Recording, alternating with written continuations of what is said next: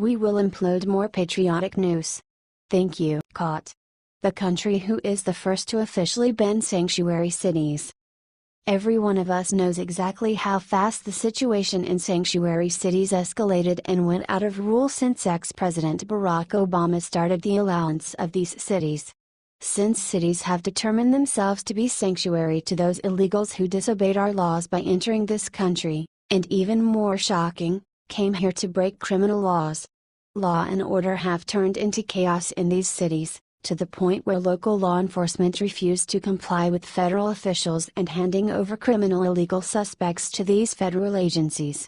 The state of Texas has had its fill of sanctuary statues in their cities and counties, and with help from his legislature, Governor Abbott signed a bill to fully ban sanctuary cities and to punish that local law enforcement who aid and abet criminal illegal aliens. From Breitbart, Texas Governor Greg Abbott signed the state's sanctuary city bill into law Sunday night during a Facebook Live event from his office. The new law is now the toughest anti-sanctuary city law in the United States and provides for criminal and civil penalties for police chiefs and sheriffs that refuse to honor immigration detainers. Let's be clear about something. We all support legal immigration. It helped to build America and Texas, the governor said before signing the bill.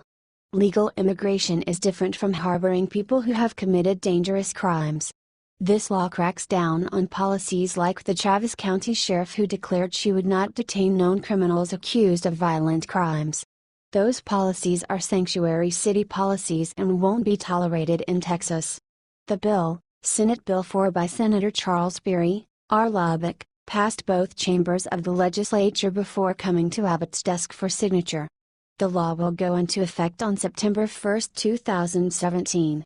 This provides time for departments like the Travis County Sheriff's Office to come into compliance. Governor Abbott made the sanctuary city issue an emergency item for the Texas legislature during his State of the State address in January. The Texas Senate acted on the issue right away, passing SB 4 in February. The bill went to the House where it sat until passage on April 27.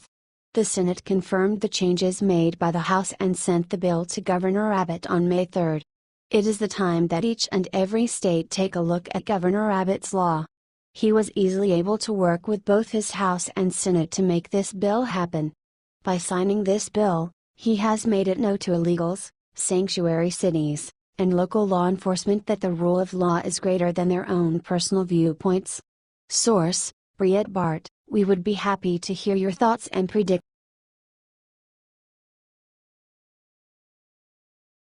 Seconds ago. Hillary Clinton and Mueller in cooperation to do something bad. Hillary Clinton, the former Secretary of State, facilitated the transfer of highly enriched uranium, U.S. Department of Energy, DOE, previously confiscated it during the 2006 nuclear smuggling sting operation involving one Russian national and several Georgian accomplices according to WikiLeaks. Let's take a look at what Mueller did for Hillary Clinton. According to Zero Hedge, information was provided in the WikiLeaks cable which suggests that the U.S. government possessed uranium which was owned by Russians. Over 2 years ago Russia requested a 10-gram sample of highly enriched uranium, seized in early 2006 in Georgia during a nuclear smuggling sting operation involving one Russian national and several Georgian accomplices. The seized was transferred to U.S. custody and is being held at a secure DOE facility. It is proposed that FBI Director Robert Mueller had conducted a transfer of 10 grams of to Russian law enforcement personally, on a plainside meeting on the tarmac in 2009.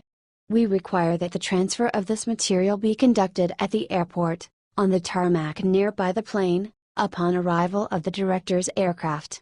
The paragraph number 6 of the leaked memo states this: S/Roll Russia, action request, Embassy Moscow is requested to alert at the highest appropriate level the Russian Federation that FBI Director Mueller plans to deliver the sample once he arrives in Moscow on September 21. Post is requested to convey information in paragraph 5 with regard to chain of custody and to request details on Russian Federation's plan for picking up the material. The embassy is also requested to reconfirm the April 16 understanding from the FSB verbally that we will have no problem with the Russian Ministry of Aviation concerning Mueller's September 21 flight clearance. We would be happy to hear your thoughts and predict.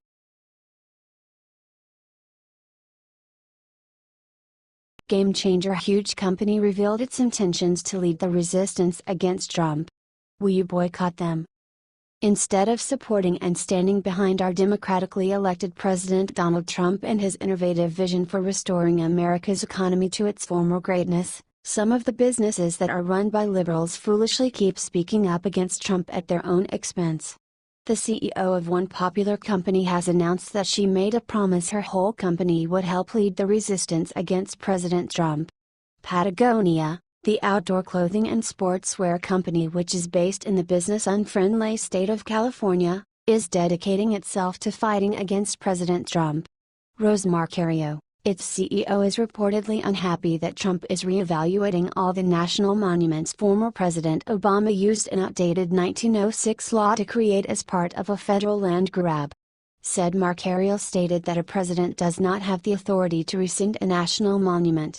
An attempt to change the boundaries ignores the review process of cultural and historical characteristics and the public input.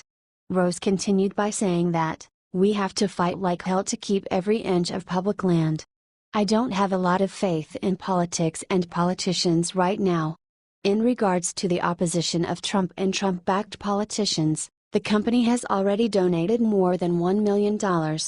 For some, this seems as nothing more than a diversion tactic for the company itself after it was caught using child labor overseas to manufacture its garments. We would be happy to hear your thoughts and predictions.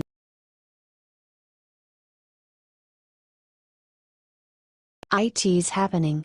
Jeff Sessions just fired 46 Obama appointees. Do you support this? Jeff Sessions, the Attorney General appointed by Trump, just fired 46 federal prosecutors appointed by Barack Obama.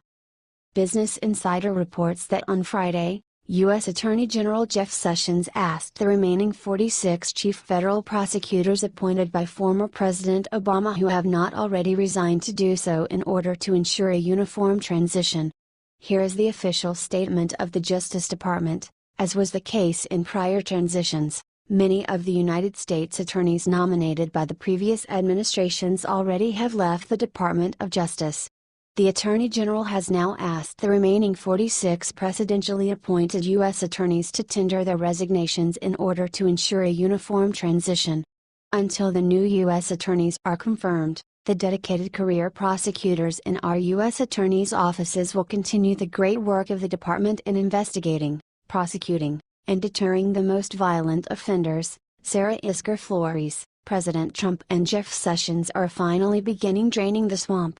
They recognize the fact that every single employee hired by Obama is a potential mole in a leak, so they have to get rid of them immediately.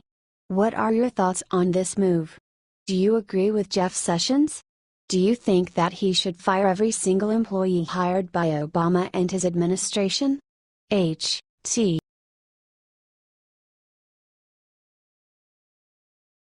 The truth is out. Gowdy determined to end Obama's shenanigans. Lately rumors flew right and left regarding President Barack Obama and his engaging in major illegal surveillance and operating a shadow government to protect his legacy. That speculation sparkled with the fact that the Obama family became residents just a few blocks away from the White House.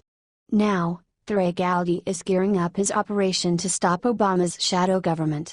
In that process, he discovered the surveillance operation, running it through the National Security Agency, NSA. Recently, Reality Winner, one of Obama's cohorts, was arrested for leaking highly classified documents against Trump and his potential connection Russia. Gowdy has confirmed that he is going to stop the NSA from running these programs. Gowdy said, "We're not going to reauthorize these surveillance programs if the American people are not satisfied that their security is not going to be safeguarded." He continued with his concerning over the program's false use, this unmasking, that is a privilege to be able to request that a U.S. person's name be unmasked.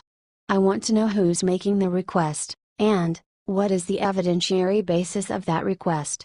And if it's late in your tenure, like the day before you leave office, that should send off alarms and sirens in your head as to why that person did it. What are your thoughts on this? Comment section below.